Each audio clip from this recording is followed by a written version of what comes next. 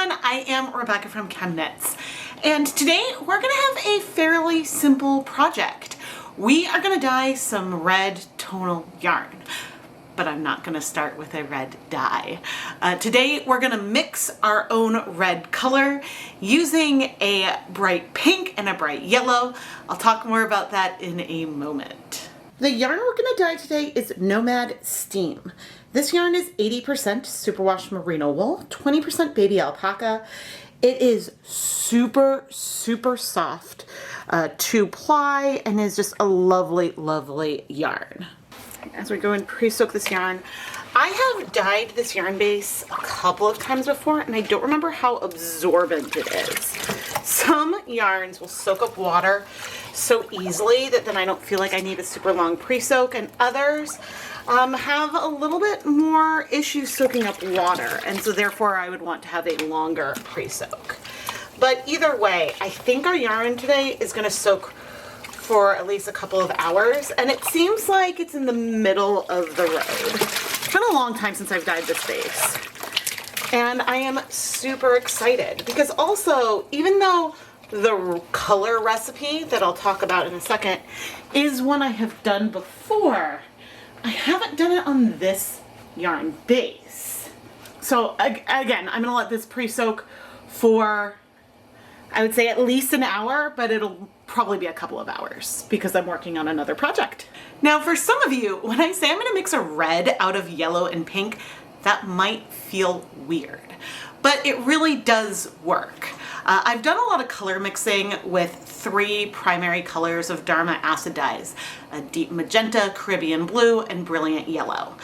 And I've found in the past that if we have a ratio of about 3 parts pink and 1 part yellow, that doesn't give us an orange, that gives us a very lovely primary red. And so that color on this triangle with those proportions is what I am going to be aiming for today. Now, our very, very big caveat here is that I have a recipe that should work. I have dye stocks that I made up yesterday, completely off camera, for a different project, but I can use for this one as well. But since I have not done this color ratio on this fiber content, things could turn out slightly differently from what I am expecting in my head. The yarn that I used in that triad was most likely 75% superwash merino wool, 25% nylon. I could go back and check the video. It could be 100% nylon, but the alpaca content in here can absorb color differently. Now, if I was using a silk blend, I would know I would need to increase the total amount of dye to get something that is as saturated as I want in my brain, but I don't know if that's the case here. We're gonna see what happens, and even if we don't get the results we want, we can talk about what we can do to troubleshoot it going forward. But I think we're gonna have success. So let's go measure out our colors. These are some dye stocks that I made yesterday. They are 1% stock solutions, which means there's 1 gram of dye dissolved in 100 milliliters of liquid. Now, the brilliant yellow dissolves beautifully.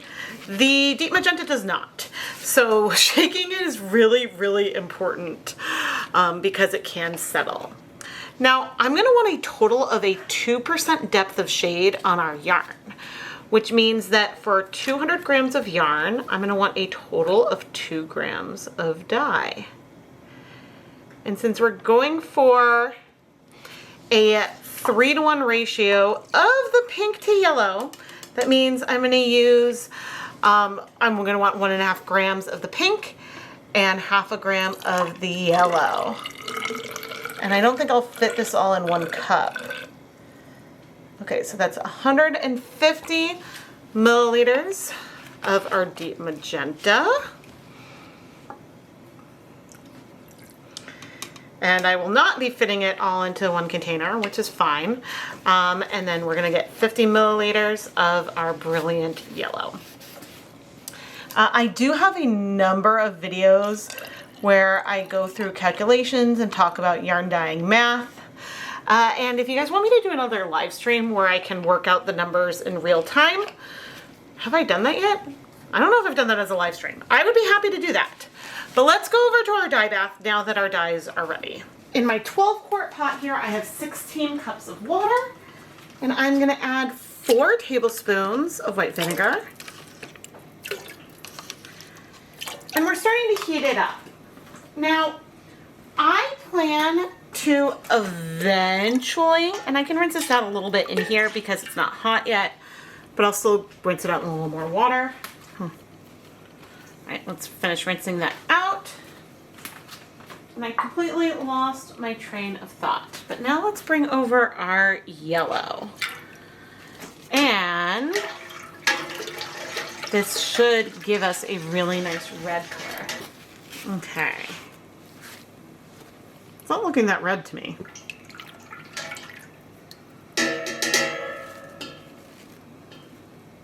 There we go. A red, or certainly something that is more red than what we had before. Now I could wait for things to heat up entirely, but I am inclined to bring over our yarn now. And part of that is because I know that these pinks are pigments that can strike really fast, and ooh, it is definitely, it's still a very pink red, but this is very, very red, isn't it? Compared to like the magenta color. It still boggles my mind. I know that printer ink is like cyan, magenta, and yellow, but every time I do this and see the like red that we can get, it just makes me really happy. Now, it's possible it won't be that saturated of a red because of the alpaca, but this is at least the color that I wanted and that we're going for. Now, if I had waited for things to heat up more before I added in our yarn, we might have seen more breaking and more shifts between the pinks and the yellow, which still could happen. But I'm gonna let this slowly heat up till we get to about a simmer.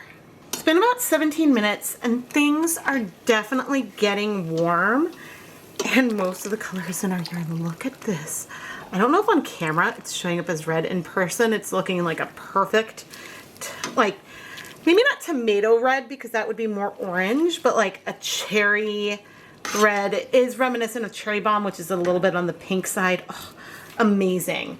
Okay, I am gonna set a timer for 30 minutes and then we'll be back. But I'm thrilled, I'm thrilled. Okay, I'm gonna turn off the heat.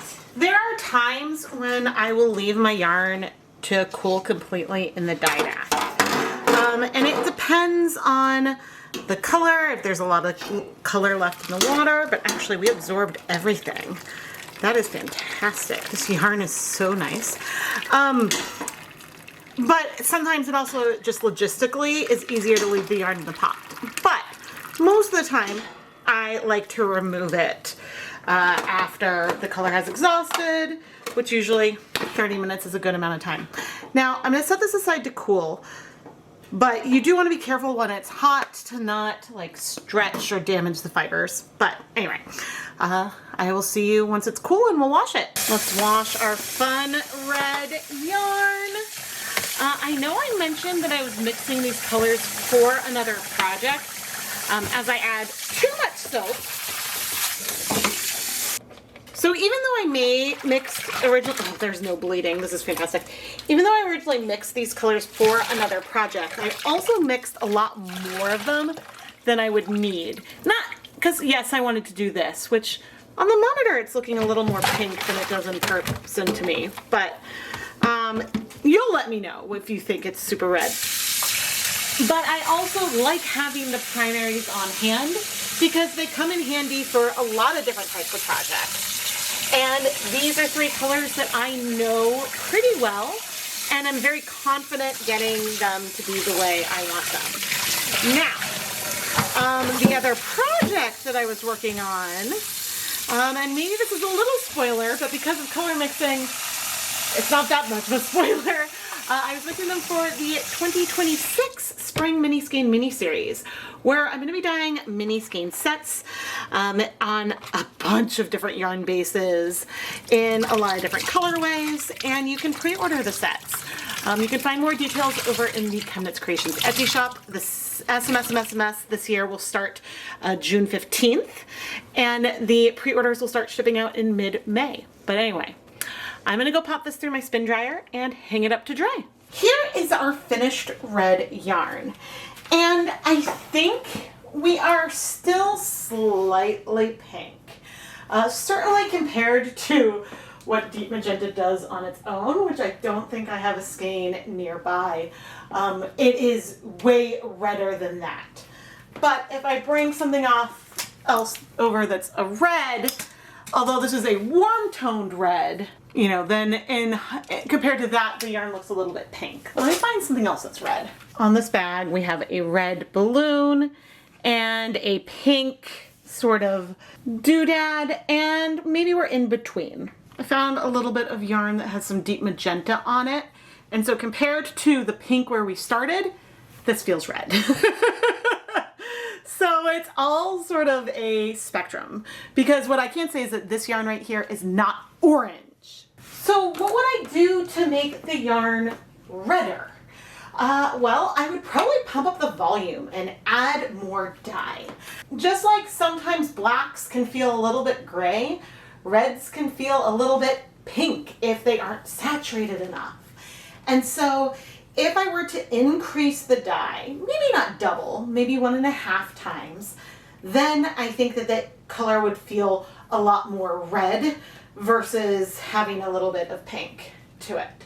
Also, I could increase the amount of yellow a little bit. Definitely don't want 1-to-1, but maybe add like a little bit more yellow would remove some of that cool tone that is in here that makes it feel a little bit pink. Now, I wonder if I can zoom in enough, and I don't think it's gonna show, but there is a little bit of heathering in our yarn. And I don't think it's showing through, but there are some fibers in here that are lighter than others. And I think that our wool absorbed more color than the alpaca fiber in here, which is just another reason why things may not feel as saturated as some of the reds I've had in the past. But anyway, I love the color that I have here. I should admit one more thing. When I had this on the drying rack, I asked my husband to go and look and tell me what color yarn he saw, and he said, pink. And I'm like, oh man. But in his defense, there was a lot of other pink yarn on the drying rack, so maybe he wasn't looking at the right yarn. Not in his defense, in my defense. I am Rebecca from ChemKnits, and I really hope that you've enjoyed this video.